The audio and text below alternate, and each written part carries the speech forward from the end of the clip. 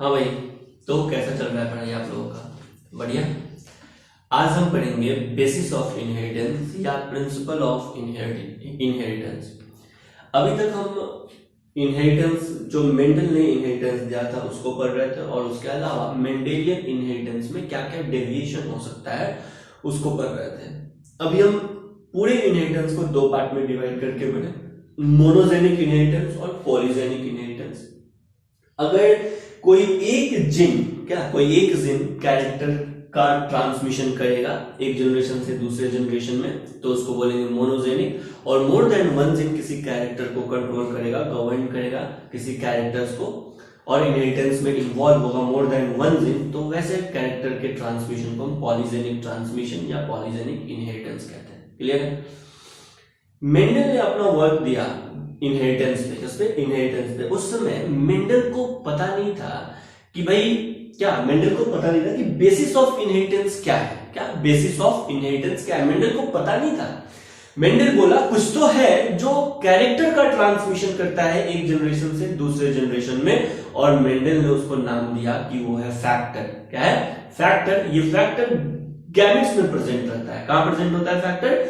Gametes में present होता है, और ये फैक्टर ही है जो कैरेक्टर का ट्रांसमिशन एक जनरेशन से दूसरे जनरेशन में करता है। जब मेंडल ने अपने एक्सपेरिमेंट को दिया, मेंडल ने अपने इनहेरिटेंस के लॉ को दिया, उस समय इनहेरिटेंस और डीएनए में कोई रिलेशन नहीं था, इनहेरिटेंस और क्रोमोसोम में कोई रिलेशन नहीं था, क्योंकि मेंडल ने अपने एक्सपेरिमेंट को पब्लिश किया 1865 में। उस समय माइक्रोस्कोप तो कुछ बना ही नहीं था, है कि नहीं? माइक्रोस्कोप बना ही नहीं था। फ्लेमिंग ने माइटोसिस का डिस्कवरी किया। फ्लेमिंग ने माइटोसिस को स्टडी किया कब? 1902 में, है ना? यानी उस समय तक अपने पास माइक्रोस्कोप आ गया था, और मेंडल ने अपना एक्सपेरिमेंट पब्लिक कर दिया। कब? मेंडल ने अपने इनहेरिटेंस के एक्सपेरिमेंट को पब्लिश्ड कर दिया। कब? 1865 में। यानी मेंडल अपने काम में लगभग 35 साल आ गए थे, जब इस बात का अंदाजा भी नहीं था कि भाई सेल के पास क्रोमोसोम जैसा कुछ होता है, डीएनए जैसा कुछ होता है। उस समय 1865 में मेंडल ने अपने वर्क को पब्लिश्ड कर दिया था। कब? 1865 में। There was no relationship between inheritance and chromosome. There was no relationship between inheritance और जीन। समझ में आ गया? ये बस हाइपोथेटिकल पार्टिकल था, और मेंडल ने उसको बोल दिया क्या है? वो फैक्टर है। यानी एक्चुअल में अभी तक आप और हम नहीं जानते हैं कि बेसिस ऑफ इनहेरिटेंस क्या है। क्या बेसिस ऑफ इनहेरिटेंस क्या है? मेंडल ने बता दिया कि भाई फैक्टर है जो कैरेक्टर का ट्रांसमिशन करता है। लेकिन मेंडल से पूछे कि भाई इसका केमिकल नेचर क्या है, फैक्टर का केमिकल नेचर क्या है, कहां प्रेजेंट होता है, कैसे बनता है? मेंडल बोला पता नहीं, लेकिन फैक्टर जैसा कुछ तो होता है। आज उसी फैक्टर को आप जीन के नाम से जानते हैं। किसके नाम से जानते हैं? जीन के नाम से जानते हैं। क्लियर है? बाद में 1900 में 3 साइंटिस्ट आए जो इंडिपेंडेंटली वर्क किए और बोले भाई मेंडल जो बोल रहे थे वो सही बोल रहे थे। और वो साइंटिस्ट थे ह्यूगर डेवरिज, टेस्मार्क एंड करेंस, जिन्होंने नियो मेंडलिज्म को लाया। उसके बाद 1902 में दो scientist Sutton and Boveri meiosis में स्टडी कर रहे थे क्रोमोसोम का। क्रोमोसोमल स्टडी कर रहे थे और मियोसिस सेल डिवीजन को देख रहे थे। कौन? सटन एंड बोवेरी जब क्रोमोसोम का स्टडी कर रहे थे, तो during cell division Sutton and Boveri ने देखा कि क्रोमोसोम में जैसा चेंज आ रहा है, क्रोमोसोम में जैसा चेंज आ रहा है, ठीक वैसा ही चेंज मेंडल ने अपने एक्सपेरिमेंट में यूज किया था फैक्टर के लिए। फैक्टर मतलब जीन, तो हम फैक्टर नहीं बोलेंगे। मॉडर्न एरा में आपको पता है फैक्टर इज जीन। ठीक है? तो मेंडल ने जब सटन एंड बोवेरी ने क्रोमोसोम्स के बिहेवियर का स्टडी कर रहे थे ड्यूरिंग सेल डिवीजन, तो जीन में ठीक वैसा ही चेंज आ रहा था जैसा मेंडल ने बताया था। क्रोमोसोम में ठीक वैसा ही चेंज आ रहा था, या जीन में ठीक वैसा ही चेंज आ रहा था जैसा मेंडल ने अपने एक्सपेरिमेंट में बताया था। कब? 1865 में। क्लियर है? तो मेंडल ने सटन एंड बोवेरी ने देखा कि भाई क्रोमोसोम और जीन में कुछ पैरेलल ऑब्जर्वेशन देखने को मिल रहा है। क्या? क्रोमोसोम और जीन यानी फैक्टर में पैरेलल ऑब्जर्वेशन देखने को मिल रहा है, पैरेलल फिनोमेना देखने को मिल रहा है।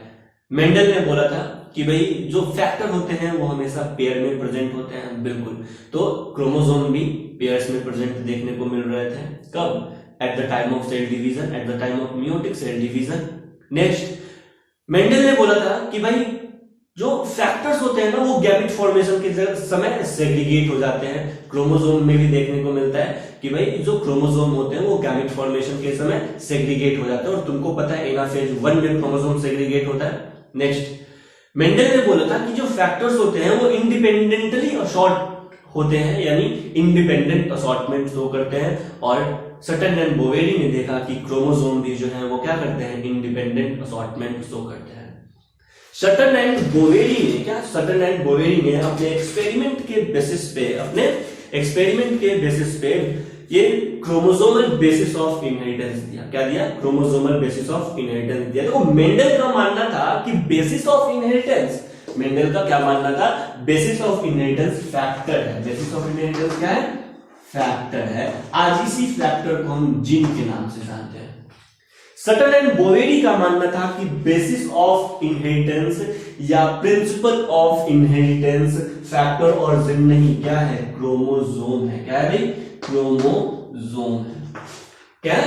क्रोमोसोम है। तो सटन एंड बोवेरी ने माना क्या? बेसिस ऑफ इनहेरिटेंस क्रोमोसोम है। मेंडल ने माना बेसिस ऑफ इनहेरिटेंस क्या है? फैक्टर्स या जिन है। लेकिन सटन एंड बोवेरी जब क्रोमोसोम का स्टडी कर रहे थे तो उस समय उनको जिन के बिहेवियर में ठीक वैसा ही चेंज देखने को मिला जैसा क्रोमोसोम के बिहेवियर में चेंज देखने को मिल रहा है। यानी दोनों जिन और क्रोमोसोम और जिन एक दूसरे से पैरेलल बिहेवियर शो करते हैं। क्या? पैरेलल बिहेवियर शो करते हैं। सटन एंड बोवेरी ने अपने क्रोमोसोमल बेसिस ऑफ इनहेरिटेंस के आधार पर बहुत सारे लॉ दिए। क्या? बहुत सारे लॉ दिए। जैसे सटन एंड बोवेरी ने अपने एक्सपेरिमेंट के बेसिस पे फैक्टर या जिन और क्रोमोसोम के बीच में बहुत सारे लॉ दिए, बहुत सारे रिलेशनशिप बताए। सटन एंड बोवेरी का कहना था कि जो फैक्टर्स होते हैं ना वो क्रोमोसोम पे प्रेजेंट होते हैं। क्या? जो फैक्टर्स होते हैं वो क्रोमोसोम पे प्रेजेंट होते हैं, और ये जो क्रोमोसोम होता है ना, ये फैक्टर्स को कैरी करने का काम करता है। और आपको भी पता है कि भाई ये जो क्रोमोसोम है ना, इस क्रोमोसोम के अंदर जीन होता है। क्या? एक क्रोमोसोम, बहुत सारा फैक्टर या बहुत सारा जीन। ये मानना था किसका? सटन एंड बोवेरी का, और ऐसा है। नेक्स्ट, जो दूसरा लॉ दिए कि भाई ये जो क्रोमोसोम होते हैं ना वो एक जनरेशन से दूसरे जनरेशन में ट्रांसफर होते हैं, और जब क्रोमोसोम ट्रांसफर होते हैं एक जनरेशन से दूसरे जनरेशन में तो उसके साथ जीन भी ट्रांसफर होते हैं। क्या? जीन भी ट्रांसफर होते हैं, और लार्ज नंबर ऑफ फैक्टर और large number of gene present होता है एक क्रोमोसोम में। क्या? लार्ज नंबर ऑफ फैक्टर और large number of gene present होता है किसी एक फैक्टर में। क्लियर है? तो सटन एंड बोवेरी ने जब अपना एक्सपेरिमेंट दिया तो उन्होंने क्या? क्रोमोसोम और जिन के बिहेवियर में पैरेलल बिहेवियर देखा। क्रोमोसोम और जिन में एक पैरेलल बिहेवियर देखा, और इसी के बेसिस पे सटन एंड बोवेरी ने क्रोमोसोम और जिन के बेसिस पे इंडिपेंडेंटली क्या दिया था? क्रोमोसोमल बेसिस ऑफ इनहेरिटेंस दिया था। क्या दिया था भाई? Chromosomal basis of inheritance. Chromosomal basis of inheritance से क्या क्या आउटपुट आया? ठीक है, पहला सटन एंड बोवेरी का कहना था कि भाई क्रोमोसोम पे बहुत सारे जीन और फैक्टर्स प्रेजेंट होते हैं। क्या? क्रोमोसोम पे बहुत सारे जीन या फैक्टर प्रेजेंट होते हैं। दूसरा, ये क्रोमोसोम है जो एक जनरेशन से दूसरे जनरेशन में ट्रांसफर होता है। क्या? क्रोमोसोम है जो एक जनरेशन से दूसरे जनरेशन में ट्रांसफर होता है, और एक क्रोमोसोम पे बहुत सारा फैक्टर्स होता है। क्या? एक क्रोमोसोम पे बहुत सारे फैक्टर्स होते हैं, और क्रोमोसोम एक जनरेशन से दूसरे जनरेशन में ट्रांसफर होते हैं। जबकि मेंडल का क्या कहना था कि भाई किसी भी कैरेक्टर्स को कौन कंट्रोल करता है, गवर्न करता है? फैक्टर्स या जीन कंट्रोल करता है, और ये जीन या फैक्टर एक जनरेशन से दूसरे जनरेशन में जाते हैं। बिल्कुल सही है, जीन तो यहाँ पे भी जा रहे हैं, लेकिन जिन को ले जाने वाला कौन है? क्रोमोसोम है। कौन है भाई? क्रोमोसोम है। ठीक है, और मेंडल ने क्रोमोसोम्स के स्टडी के बेसिस पे क्रोमोसोमल बेसिस ऑफ इनहेरिटेंस दिया था। क्या दिया था? Chromosome basis of inheritance. Clear है? नेक्स्ट हेडिंग देंगे chromosomal basis of inheritance. Chromosomal basis of inheritance, ठीक है। क्रोमोसोमल बेसिस ऑफ इनहेरिटेंस क्या है? सटन एंड बोवेरी कौन देता है इसको? By Sutton and Boveri.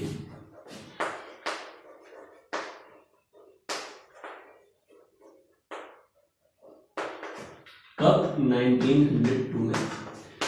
Sutton and Boveri का मानना था कि भाई जो इनहेरिटेंस का बेसिस होता है, जो केमिकल नेचर होता है, जो फिजिकल प्रूफ होता है, वो क्या होता है? क्रोमोसोम होता है। क्या होता है? क्रोमोसोम होता है। मेंडल ने क्रोमोसोमल बिहेवियर को जीन से कंपेयर किया। क्या? जीन से कंपेयर किया और देखा कि भाई मेंडल जब अपने जमाने में जो बात बोल रहे थे वो क्रोमोसोम से, फैक्टर या जीन के लिए जो बात बोल रहे थे वो क्रोमोसोम्स के बिहेवियर से बहुत मिलता जुलता है। तो इस चीज को समझने के लिए आप 3 कॉलम बनाएंगे। फर्स्ट कॉलम बनाएंगे behaviour of chromosome, behaviour of chromosome. Second column बनाएंगे इवेंट्स, यानी क्या हो रहा है। और थर्ड कॉलम बनाएंगे behaviour of gene, behaviour of gene. Mendel ने देखा कि भाई ये जो क्रोमोसोम्स होते हैं at the time of cell division, ये क्या हो जाते हैं? क्रोमोसोम्स पेयर में प्रेजेंट होते हैं। कैसे प्रेजेंट होते हैं भाई? पेयर में प्रेजेंट होते हैं। हम यहाँ पे 4 क्रोमोसोम लेंगे। कितने? 4 क्रोमोसोम लेंगे। 1 2 3 4।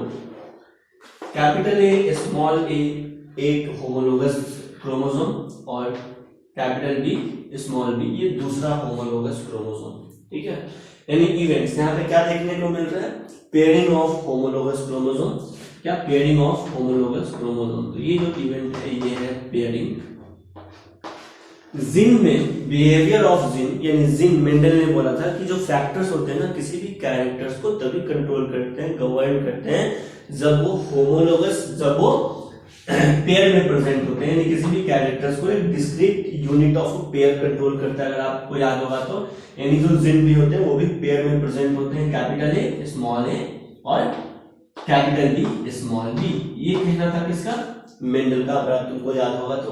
Next behaviour of chromosomes. क्या? बिहेवियर ऑफ क्रोमोसोम्स में मेंडल का कहना था कि जो फैक्टर्स होते हैं at the time of gamete formation segregate करते हैं। और क्रोमोसोमल बेसिस ऑफ इनहेरिटेंस में सटन एंड बोवेरी ने देखा कि जो होमोलोगस क्रोमोसोम होते हैं वो गैमेट फॉर्मेशन के समय क्या करते हैं? सेग्रीगेट करते हैं। यानी सेग्रीगेशन ऑफ गैमेट्स, यहां पे लाएंगे सेग्रीगेशन ऑफ गैमेट। देखो भाई ये तुमको अगर याद होगा तो एनाफेज 1 में क्या? एनाफेज 1 में गैमेट का सेग्रीगेशन होता है कुछ ऐसा। कैपिटल ए स्मॉल ए से इंडिपेंडेंटली सेग्रीगेट करता है, एक दूसरे से अलग जाता है, दोनों अपोजिट पोल पे अलग जाते हैं। और ये स्मॉल कैपिटल बी और स्मॉल बी ये एक दूसरे से क्या करते हैं? यानी होमोलोगस क्रोमोसोम एक दूसरे से क्या होते हैं? सेग्रीगेट करते हैं। यानी सेकेंड इवेंट आपको जो दिखाई दे रहा है क्रोमोसोम्स में वो क्या दे रहा है? Segregation of chromosome during gamete formation. यानी सेकेंड इवेंट है सेग्रीगेशन। क्या है भाई? Segregation of chromosome during gamete formation, during gamete formation, segregation of chromosome during gamete formation, या सिंपली सेग्रीगेशन, या सेग्रीगेशन ऑफ क्रोमोसोम और सेग्रीगेशन ऑफ जीन। यानी यहां पे भी आपको सेग्रीगेशन देखने को मिलता है। क्या? तो कैपिटल ए स्मॉल ए से अलग हो रहा है और कैपिटल बी स्मॉल बी से अलग हो रहा है। क्लियर है? इसको बोलते हैं सेग्रीगेशन। लास्ट में मेंडल ने बोला कि भाई जो फैक्टर्स होते हैं वो इंडिपेंडेंट असॉर्टमेंट शो करते हैं। क्या शो करते हैं? Independent assortment. और सटन एंड बोवेरी ने देखा जो क्रोमोसोम होते हैं वो भी क्या शो करते हैं? इंडिपेंडेंट असॉर्टमेंट शो करते हैं। यानी जो अपना थर्ड इवेंट्स है वो है independent assortment. Independent assortment, independent assortment. Independent assortment क्या कहता है भाई? कि eight the time of gamete formation कोई भी जीन किसी दूसरे जीन के साथ इंडिपेंडेंटली असॉर्ट कर सकता है। अगर आपको देखिए तो सेग्रीगेशन यहाँ पे ए और बी का साथ में हो रहा है। क्या? ए और बी का सेग्रीगेशन साथ में हो रहा है। यानी ये दोनों क्रोमोसोम एक साथ जा रहे हैं। ऐसा भी हो सकता है कि ए और स्मॉल बी एक साथ सेग्रीगेट कर जाए। क्या देखो यहाँ पे तुमको क्या देखने को मिल रहा है इंडिपेंडेंट असॉर्टमेंट में, यहाँ पे देखने को मिल रहा है कि भाई ये क्रोमोसोम और ये क्रोमोसोम एक साथ असॉर्ट कर रहे हैं। ऐसा भी हो सकता है कि ये क्रोमोसोम और ये क्रोमोसोम एक साथ असॉर्ट करे और ये क्रोमोसोम एक साथ असॉर्ट करे। सेग्रीगेशन में क्या होता है, क्रोमोसोम देखो यहाँ पे सेग्रीगेशन में क्या हो रहा है, ए और बी एक साथ असॉर्ट कर रहा है।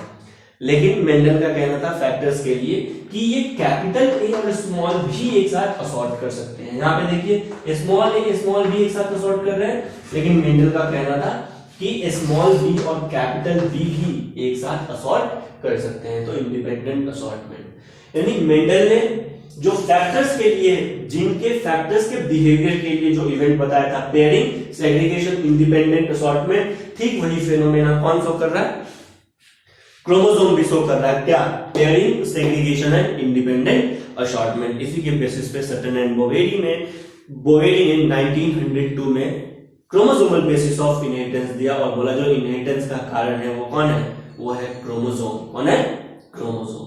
क्लियर है। इस क्रोमोसोमल बेसिस ऑफ इनहेरिटेंस से क्या क्या रिजल्ट सामने आया, इस चीज को लिखेंगे।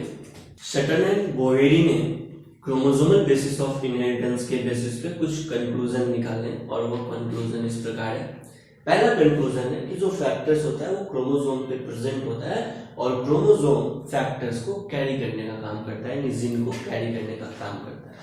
लिखेंगे factors are present on chromosome, factors are present on chromosome, factors are present on chromosome, factors are present on chromosomes and chromosomes serve as a carrier for factor and chromosome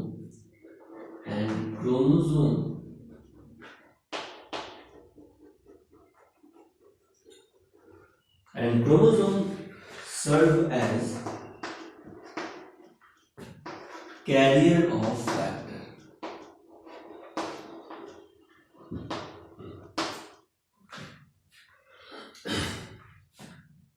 दूसरा, ये जो क्रोमोसोम है वो एक generation से दूसरे generation में transfer होते हैं गैमेट के हेल्प से। मेंडल ने इस बात को क्या बोला था कि फैक्टर्स जो होते हैं वो एक जनरेशन से दूसरे जनरेशन में ट्रांसफर होते हैं with the help of gamete. Sutton and Boveri ने क्या कहा कि क्रोमोसोम एक जनरेशन से दूसरे जनरेशन में ट्रांसफर होते हैं with the help of gametes. Next point में, these are chromosome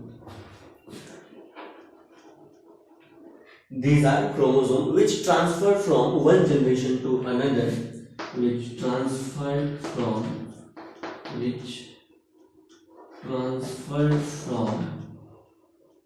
one generation to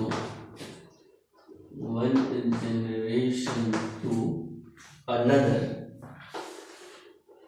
which transfer from, these are chromosomes which transfer from one generation to another through gametes,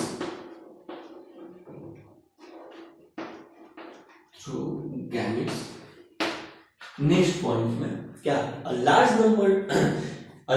number of pair of factor present on each pair of chromosome, यानी एक pair of chromosome पे क्या बहुत सारे pair of factors या बहुत सारे pair of gene present होते हैं। क्योंकि आपको पता है किसी भी एक ऑर्गेनिज्म में क्या एक सर्टेन नंबर ऑफ क्रोमोसोम होता है। जैसे पी का अगर हम बात करें, पाइसम सटाइवम का, तो वहां पे 7 पेयर ऑफ क्रोमोसोम प्रेजेंट था। क्या था, 7 पेयर ऑफ क्रोमोसोम प्रेजेंट था, लेकिन जिन थाउजेंड्स ऑफ जीन थे, है ना। यानी एक क्रोमोसोम्स पे बहुत सारे क्या पाए जाएंगे, फैक्टर्स पाएंगे, ना कि एक फैक्टर्स पे बहुत सारे क्रोमोसोम पाए जाएंगे। और ये बात क्लियर हो गया कैसे, chromosomal basis of inheritance, a large number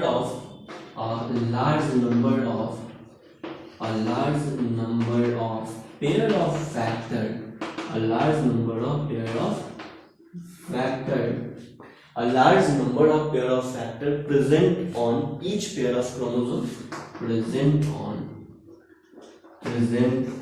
each pair of क्या, chromosome, present on each pair of chromosome।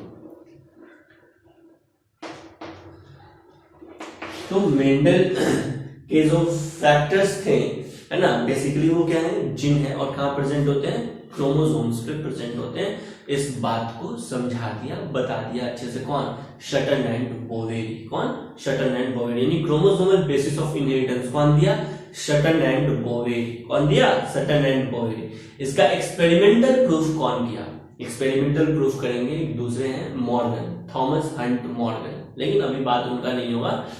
तो मेंडल ने जो सटन एंड बोवेरी ने जो पैरेलल बिहेवियर दिखाया किसके बीच, क्रोमोसोम और जीन के बीच, एनसीईआरटी के आपके बुक्स में एक टेबल दिया हुआ है 5.3 पेज नंबर 82 पे, है ना। उसमें बोलता है ना, उस टेबल को देख के बताइए कि भाई कौन क्रोमोसोम्स के लिए है और कौन जीन के लिए सही है। क्लियर है क्या, कौन सा टेबल क्रोमोसोम्स के लिए और कौन सा टेबल जीन के लिए, ये आपको बताना है। क्लियर है।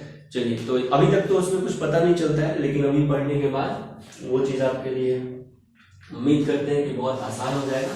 काफी कंफ्यूजिंग है, ठीक है अभी तक, लेकिन अभी पढ़ने के बाद वो काफी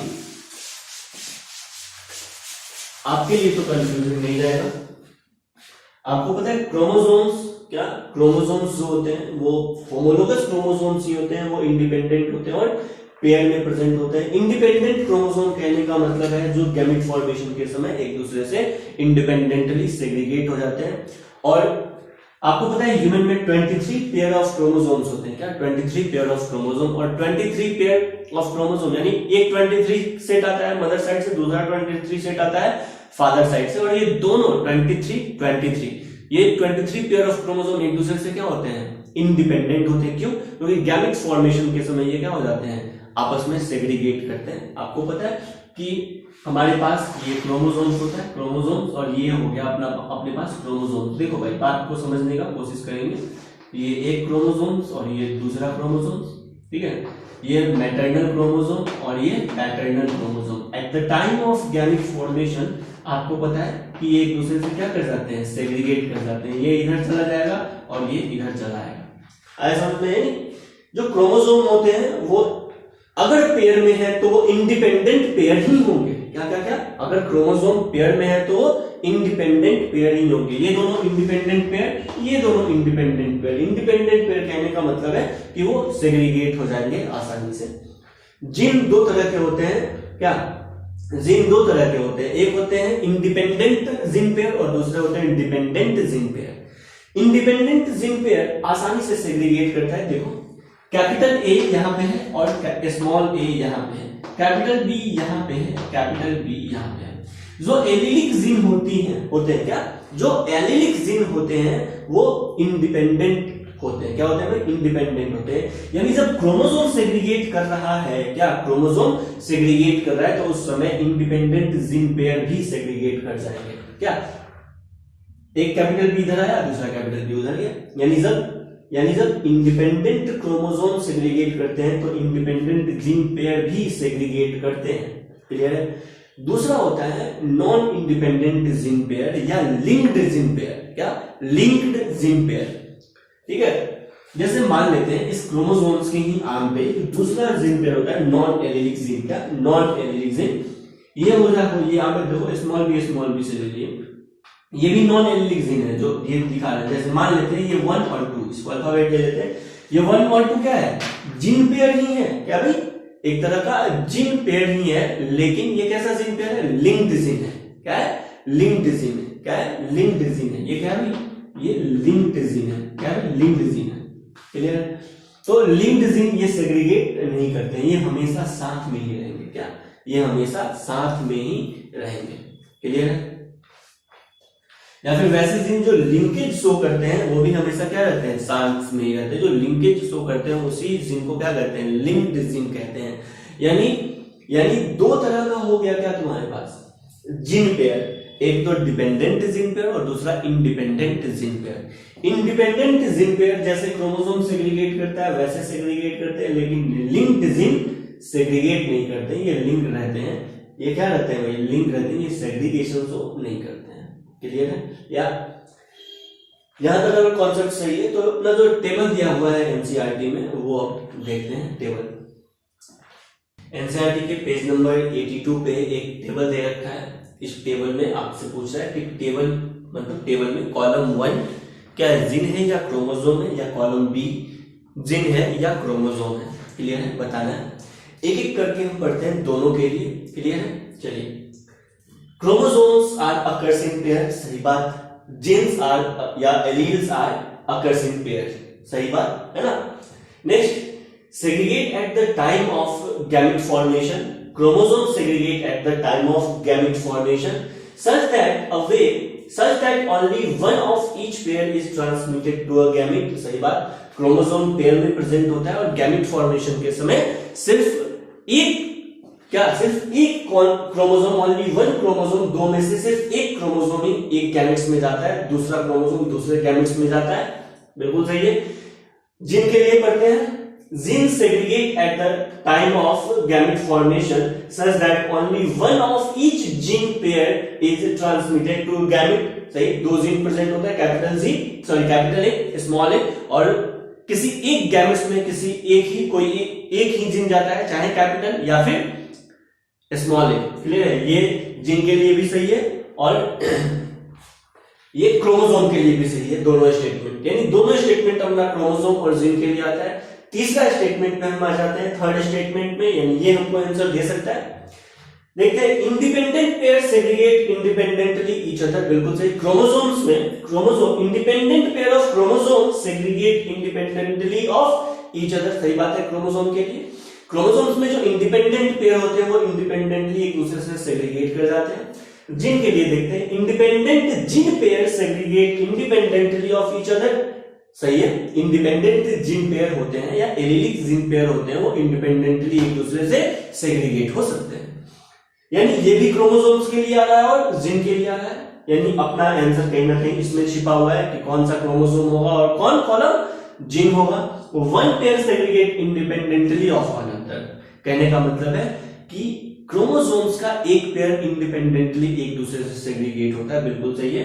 one pair of chromosomes segregate independently of another, यानी एक पेयर क्रोमोसोम्स का इंडिपेंडेंटली सेग्रीगेट होता है दूसरे से, बिल्कुल सही बात है। Next, one pair of gene segregate independently of another, नहीं, ऐसा हो भी सकता है और नहीं भी हो सकता है। आपको पता है, इंडिपेंडेंट एलिलिक पेयर या इंडिपेंडेंट जीन पेयर एक दूसरे से इंडिपेंडेंटली सेग्रीगेट करेंगे, लेकिन नॉन इंडिपेंडेंट जीन पेयर या नॉन एलिलिक जीन पेयर या लिंक्ड जीन एक दूसरे से इंडिपेंडेंटली सेग्रीगेट नहीं करते हैं। यानी कि कॉलम ए दोनों के लिए सही है, क्रोमोसोम और जीन। कॉलम बी सिर्फ क्रोमोसोम्स के लिए सही है और कभी कभी जिन के लिए सही है, हमेशा जिन के लिए सही नहीं है। यानी क्रोमोसोम अपना क्या हो गया, यानी कॉलम ए क्या हो गया, क्रोमोसोम्स और जिन दोनों के लिए हो सकता है, लेकिन कॉलम बी सिर्फ क्रोमोसोम्स के लिए हो सकता है, जिन के लिए नहीं हो सकता है। इसका मतलब आप समझ गए कि कॉलम ए क्या है, जिन का कॉलम है या क्रोमोसोम्स। लेकिन यहां पे आपसे पूछ रहा है जिन का कॉलम कौन होगा और क्रोमोसोम्स का कॉलम कौन होगा, तो कॉलम ए हमेशा जिन और क्रोमोसोम दोनों के लिए है और कॉलम बी सिर्फ क्रोमोसोम्स के लिए है। क्या, सिर्फ क्रोमोसोम के लिए, ये जिन के लिए नहीं है, क्योंकि यहां पे आके गलत हो जा रहा है। आया समझ में?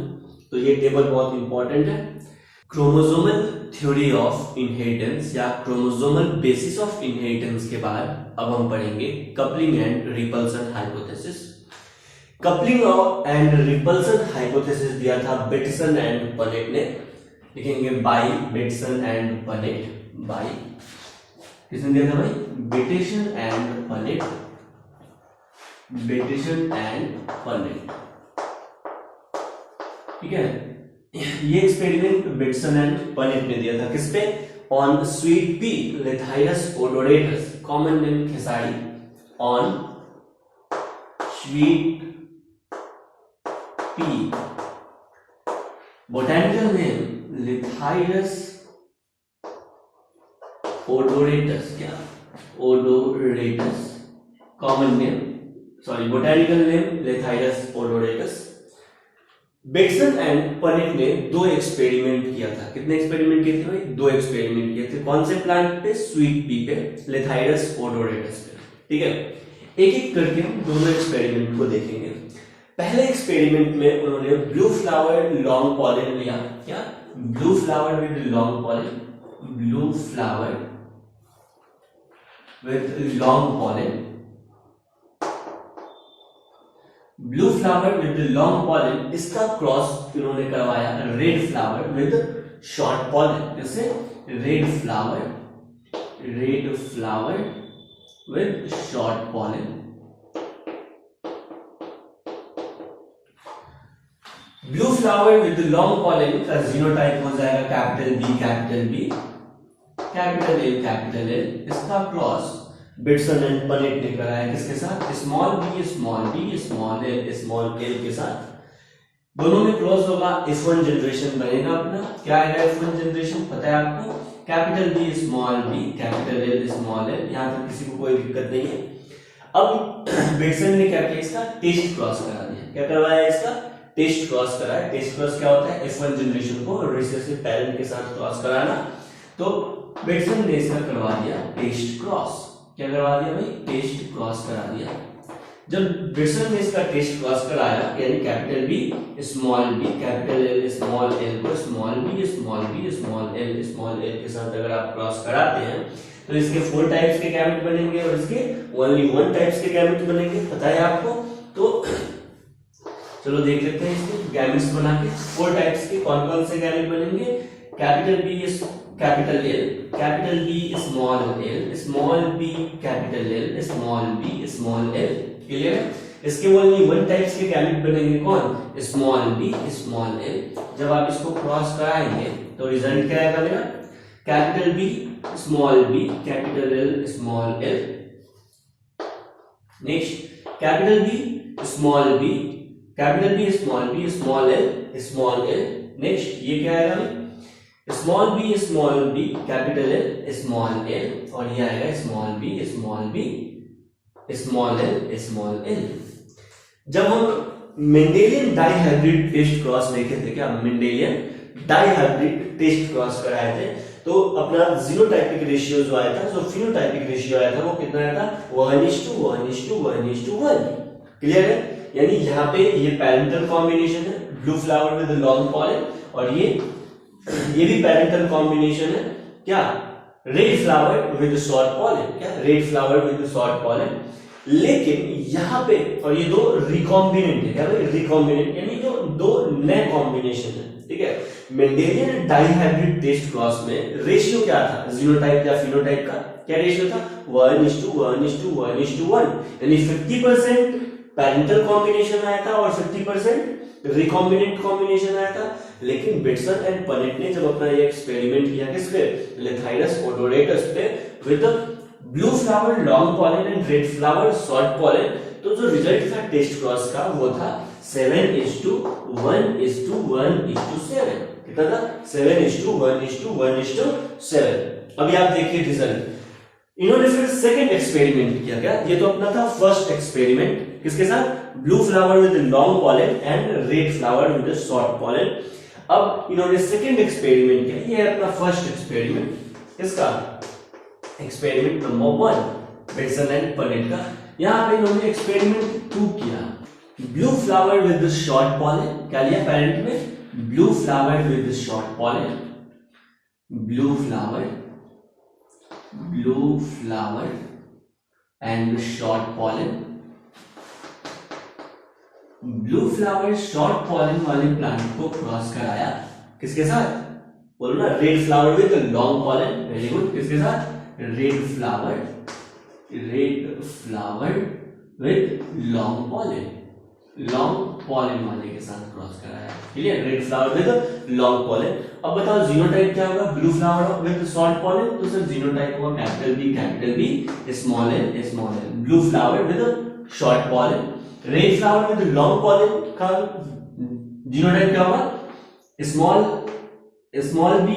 बी और capital L. Very good, clear. अब जब आप इस पे क्रॉस कराएंगे तो मेरा F1 प्रोजेनी जो बनेगा, क्या F1 प्रोजेनी बनेगा, वो कैसा बनेगा, capital B small B capital L small L. जैसा F1 जनरेशन इस एक्सपेरिमेंट में, ठीक वैसा F1 जनरेशन इस एक्सपेरिमेंट में, यानी कि ये हो गया अपना F1 जनरेशन। फिर बेटसन एंड पनेट ने इस F1 जनरेशन को क्या कर दिया, टेस्ट क्रॉस कर दिया। क्या किया इसका, टेस्ट क्रॉस कर दिया, टेस्ट क्रॉस। टेस्ट क्रॉस तो बताया ना, हेटेरोजाइगस को किससे क्रॉस कराएंगे, रिसेसिव पेरेंट से। किससे, रिसेसिव पेरेंट से, यानी capital B small B capital L small L को small B small L small B small B small L से क्रॉस करा दिए। रिजल्ट देखिए क्या था, इससे 4 टाइप्स के गैमेट बनेंगे और इससे ओनली 1 टाइप्स के गैमेट्स बनेंगे। चेकर बोर्ड बनाते हैं।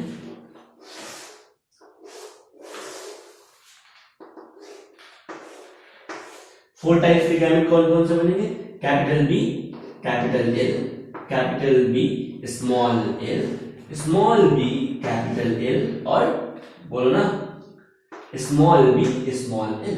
4 टाइप्स के गैमेट्स बनेंगे। नेक्स्ट ये ओनली 1 टाइप का गैमेट बनाएगा, small B small L. Result लिखते हैं, क्या बनेगा यहाँ, capital B small B capital L small L capital B small L. यहाँ पे क्या आ जाएगा भाई, small B capital L small L small L.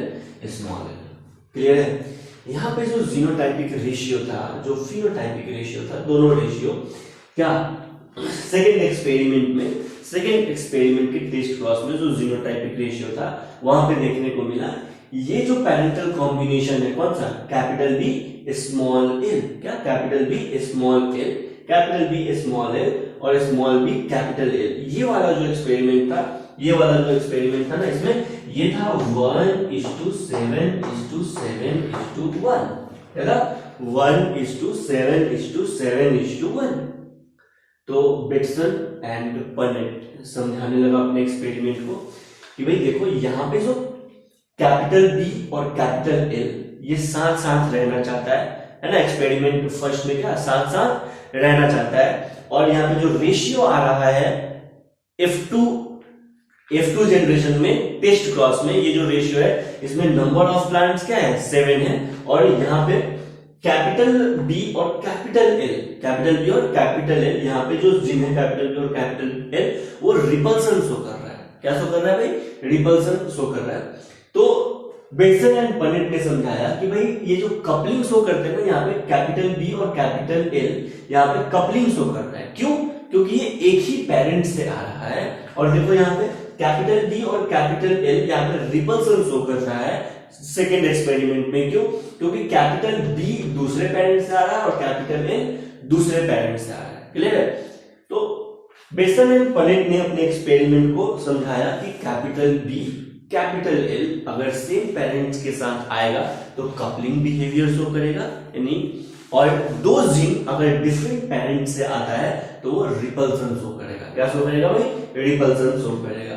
इसके एक्सपेरिमेंट को ऑब्जर्व कर रहे थे कौन, मॉर्गन साहब बोले भाई कपलिंग और रिपल्सन जिनमें ऐसा कुछ नहीं हो रहा है। आप एक चीज को समझाने के लिए 2 टर्म्स का यूज कर रहे हैं, कपलिंग रिपल्सन, जबकि आप इसको एक कॉन्सेप्ट से समझा सकते हैं और वो है क्या, लिंकेज। किससे समझा सकते हैं भाई, लिंकेज से समझा सकते हैं। तो अब हम पढ़ेंगे मॉर्गन्स का जेनेटिक्स। क्या पढ़ेंगे, मॉर्गन जेनेटिक्स या लिंकेज थ्योरी। क्लियर है। तो यहां तक नोट डाउन करेंगे coupling and repulsion theory. Coupling and repulsion theory के बाद हम पढ़ेंगे मॉर्गन जेनेटिक्स। क्या पढ़ेंगे भाई, मॉर्गन जेनेटिक्स, जिसमें हम पढ़ेंगे लिंकेज थ्योरी। देखो ये मॉर्गन ही है जो क्रोमोसोमल बेसिस ऑफ इनहेरिटेंस या क्रोमोसोमल थ्योरी ऑफ इनहेरिटेंस का एक्सपेरिमेंटल प्रूफ देंगे। क्या, एक्सपेरिमेंटल प्रूफ देंगे। अभी तक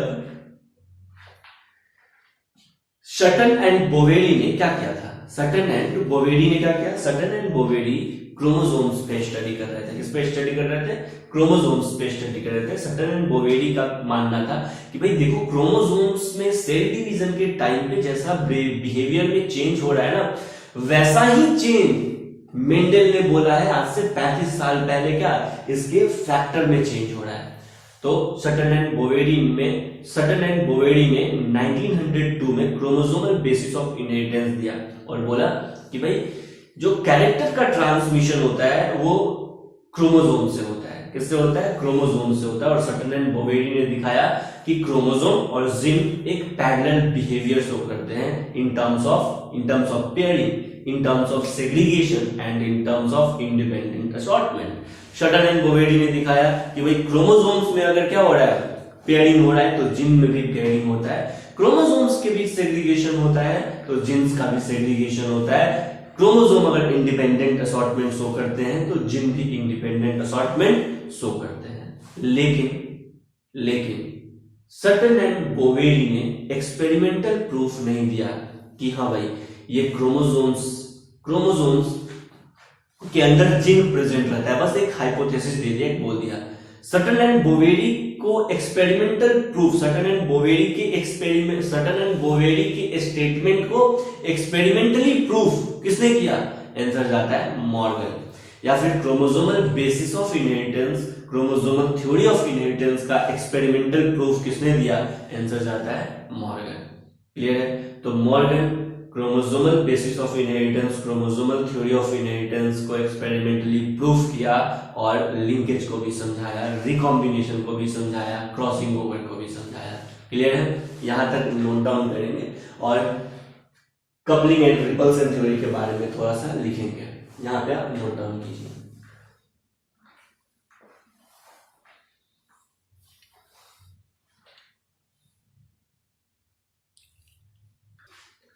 हाँ भाई सुनना ध्यान से। बेटसन एंड पर्नेट ने क्रॉस 1 में क्या देखा? कैपिटल बी और कैपिटल एल, क्या कैपिटल बी और capital L showing greater tendency to remain together, that is known as coupling. Experiment 1 में बेटसन एंड पर्नेट को दिखाई दे रहा है कैपिटल बी और कैपिटल ए एक साथ रहना चाहता है, तो इस फिनोमेना को उन्होंने बोल दिया कपलिंग। और बोला ऐसा क्यों कपलिंग ये शो कर रहा है? क्योंकि कैपिटल बी और कैपिटल ए एक ही पेरेंट से आ रहा है।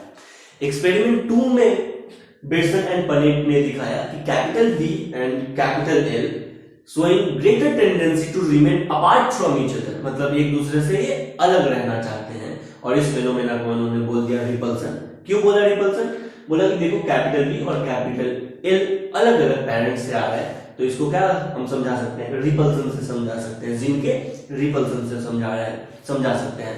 इस समय मॉर्गन रियलाइज किए कि भाई coupling and repulsion are not two different aspect. क्या कपलिंग और रिपल्सन ये दो डिफरेंट एस्पेक्ट नहीं है। आप कपलिंग एंड रिपल्सन को एक ही इवेंट से समझा सकते हैं या एक ही मैकेनिज्म से समझा सकते हैं। वो इवेंट या वो मैकेनिज्म होता है क्या? लिंकेज। क्या होता है भाई? लिंकेज। क्लियर है? तो नेक्स्ट हम पढ़ेंगे लिंकेज थ्योरी या लिंकेज जेनेटिक्स या मॉर्गन जेनेटिक्स। क्या पढ़ेंगे? Morgan genetics. ठीक है। मॉर्गन ने जब अपना एक्सपेरिमेंट किया, तो अपने एक्सपेरिमेंट के लिए मॉर्गन ने ड्रोसोफिला को चूज किया। किसको? Drosophila melanogaster. Drosophila fruit fly है। क्या भाई? फ्रूट फ्लाई है। बायोलॉजी में तो बहुत सारे साइंटिस्ट को अपने वर्क पे सक्सेस किसी बेसिस पे मिला है कि भाई आप अपने स्टडी के लिए कौन से ऑर्गेनिज्म को ले रहे हैं। जैसे मेंडल सक्सेस हुए अपने स्टडी में, इसका कारण था कि उन्होंने पी प्लांट को लिया था। क्लियर? पी प्लांट्स के पास ऐसे बहुत सारे कैरेक्टर्स हैं जिसके बेसिस पे उनको सफलता मिली। क्लियर है? वैसे ही मॉर्गन ने अपने एक्सपेरिमेंट में किसको लिया? ड्रोसोफिला मेलानोगास्टर को लिया। क्यों लिया ड्रोसोफिला मेलानोगास्टर को? पहला कारण है कि ड्रोसोफिला का शॉर्ट लाइफ स्पेन होता है। क्या होता है?